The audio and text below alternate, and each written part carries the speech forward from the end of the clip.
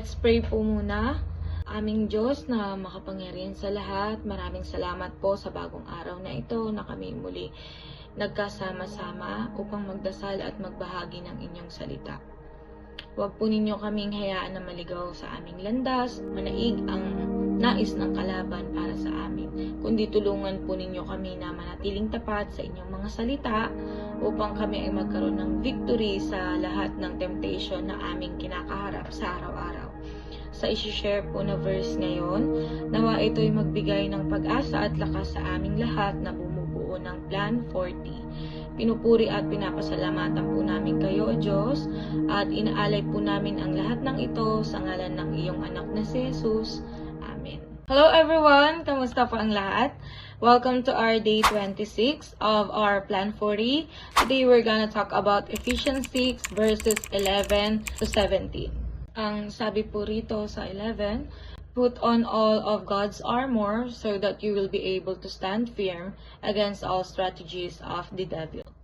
For we are not fighting against flesh and blood enemies, but against evil rulers and authorities of the unseen world, against mighty powers in this dark world, and against evil spirits in heavenly places.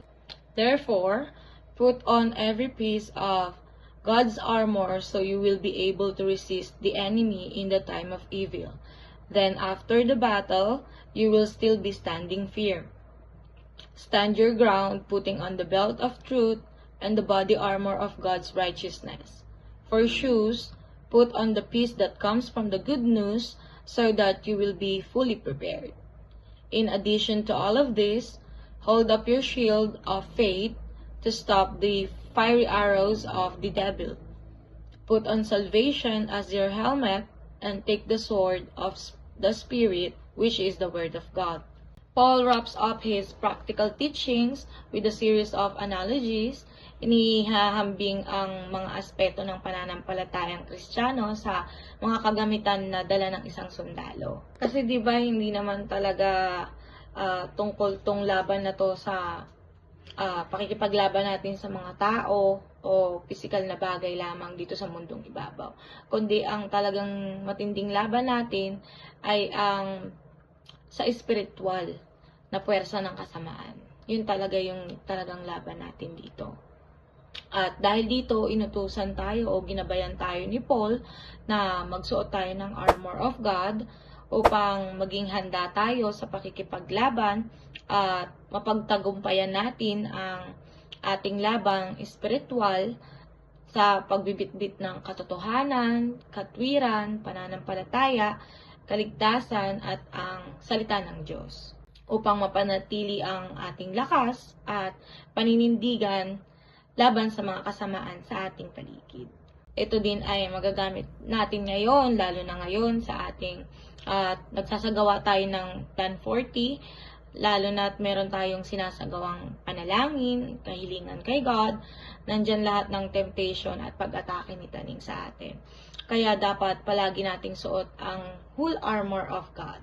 Ang unang nabanggit dito ay belt of truth, tohanan laban sa kasamaan. Ito ay mahalagang sangkap sa ating mga Kristiyano, sa ating pananampalataya, dahil ang katotohanan ay tumutukoy sa salita ng Diyos. At mga pangako sa atin ni God na siyang nagbibigay liwanag at gabay sa ating buhay. Sa kabila lahat ng kasamaan at panlilinlang ng kalaban, ang katotohanan ng Diyos ay mananatili sa ating puso at magbibigay ng proteksyon laban sa mga kasinungalingan at maling aral. Ang pundasyon ng katotohanan ay magpapatibay sa atin sa pagharap sa mga pagsubok. Ang kasamaan kasi ay madalas na dumadating sa anyo ng kasinungalingan, sa anyo ng tukso, sa anyo ng maling pananaw, na ang goal ay ilayo tayo o iligaw tayo. Ngunit sa pamamagitan ng katotohanan ng salita ng Diyos, makikita natin ang tamang daan at magkakaroon tayo ng lakas upang tumayo at magtagumpay. Ang katotohanan din ang siyang magiging sandata natin labang sa kasamaan kapag tayo ay nabubuhay ayon sa katotohanan ng Diyos, nagiging matatag tayo sa spiritual natin na laban. At nakakamtan natin ang kapayapaan at kagalakan na nagmumula kay God. At sumunod naman dito ay yung body armor of God's righteousness. God's righteousness o katuwiran ng Diyos ay tumutukoy sa kanyang banal na kalikasan at mga tamang pamumuhay na naaayon sa kanyang mga utos at kalooban. Ang katuwiran na ibinibigay ng Diyos sa atin ay hindi batay sa ating sariling kakayanan, kundi sa ating kabutihan. Kapag tayo ay nabuhay ayon sa righteousness of God, ito ay magiging proteksyon natin laban sa mga kasalanan o kung anumang tukso na ating kakarapin. Pinapalakas tayo nito upang manatiling matatag sa ating pananampalataya at pinapalakas din nito ang ating moralidad upang hindi tayo madala sa mga maling gawain o pagsubok. Ang pagkakaroon natin ng malinis na buhay ay nagpapakita ng ating pagiging tapat sa Diyos at sa kanyang mga utos. Hindi na usapan dito yung buhay natin noon eh. Ang usapan na dito ay yung buhay natin ngayon na born again Christian na tayo. Tapos nabanggit din dito yung 4 shoes, peace that comes from good news daw ang ating suotin, so that you will be fully prepared. Ang kapayapaan mula sa mabuting balita o sa Bible ay isang espiritual na kapayapaan na nagmumula sa katiyakan ng ating relasyon sa Diyos, base sa kanyang pangako ng kaligtasan. Tapos sumunod naman dito ay yung ating shield of faith to stop fiery arrows of the devil. Ito ay nagsisilbing proteksyon laban sa mga palaso ng kalaban, tulad ng tukso, tulad ng pagdududa, ng mga kasinungalingan na maaaring magpahina sa ating pananampalataya. Lalo na sa panahon ngayon ng ating laban, ang kalasag ay ginagamit upang harangin ang mga pag-atake. Kaya't sa espiritual na pakikipaglaban, ang kalasag ng pananampalataya ay ang ating depensa laban sa mga pagsubok at mga alalahanin na nais pataasin ang ating mga takot at humantong tayo sa pagkatalo sa laban na to. Ang pananampalataya ay ang tiwala natin sa Diyos at sa kanyang mga pangako.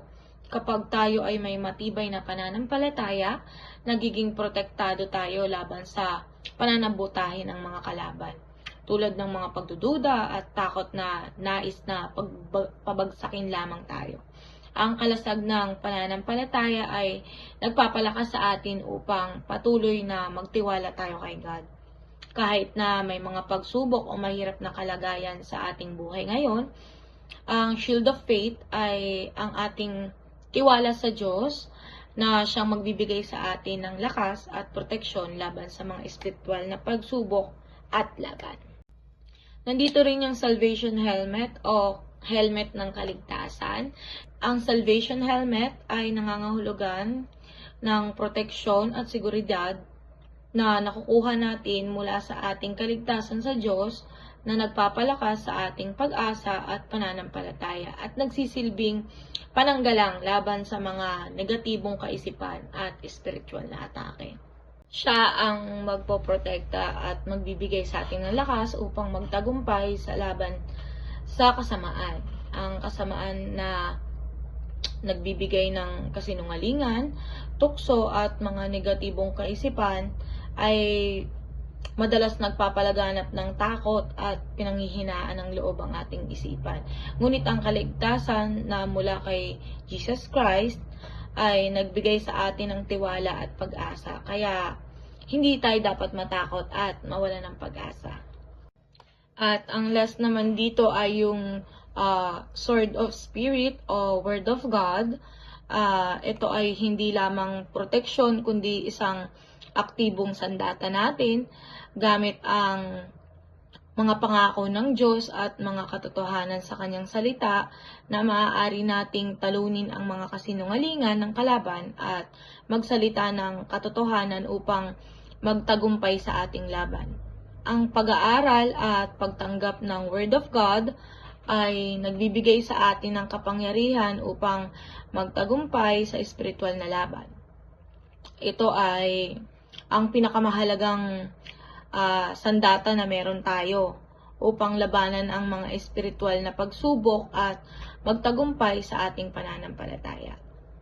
So, ayun lamang po. Naway tayong lahat ay magtagumpay sa ating pakikipaglaban sa araw-araw, laban sa lahat ng aspetong gawa ng kaaway. Lalo na sa ating goal ngayon na Plan 40 Daily Prayer, naway lahat tayo ay magsuot ng full armor of God. And that's all. And let's pray. Panginoon, salamat po sa iyong walang sawang pag-ibig at gabay. Hinihiling po namin na pagpalain ninyo ang bawat isa sa amin ng kapayapaan, lakas at pananampalataya upang magtagumpay sa mga hamon ng buhay. Ibigay po ninyo sa amin ang katatagan upang maisuot ang armor of God at maging matatag sa bawat laban. Tulungan niyo po kami sa aming misyon na matapos ang aming Plan 40 pray and fasting, na magpatuloy kami sa araw-araw na pagdarasal at mas lumalim ang aming pananampalataya at maging buhay na saksi ng inyong kabutihan at kaligtasan sa lahat ng tao. Lord God, salamat po sa buhay ng aming mga pastor, nina Mami Paz, Daddy Paz, and Tatay Paz. Naway patuloy niyo po silang bigyan ng kalakasan, karunungan at gabay sa lahat ng aspeto ng kanilang paglilingkod. Ipagkaloob po ninyo sa kanila ang kalusugan at proteksyon at patuloy na magdingning ang kanilang ilaw upang magbigay inspirasyon at pag-asa sa amin. Hinihiling po namin na gabayan nyo ang aming home office na maging produktibo at masinop sa lahat ng gawain ang bawat manggagawa nito. Naway i-bless nyo po ang aming mga CEOs upang sila din po ay maging source of blessing sa iba. Patuloy po ninyong gawing instrumento ng pag-ibig at kabutihan ng aming simbahan para sa inyong kaluwalhatian. Ipagkaloob nyo po ang kagalingan sa lahat ng may mga karamdaman ngayon. Kayo po ang aming tunay na doktor at may kakayanang magbigay lunas sa lahat ng karamdaman nila ngayon.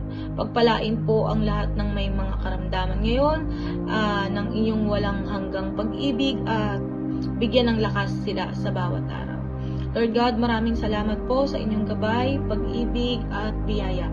Naway patuloy po kaming lumakad ayon sa iyong kalooban at maglingkod sa iyo ng tapat. Ipinagpapasalamat namin ang bawat sandali ng iyong presensya sa aming buhay. Pagpalain po kami at ang aming mga mahal sa buhay. Lahat ng ito ay aming itinataas sa iyo sa matamis na pangalan ni Jesus. Amen.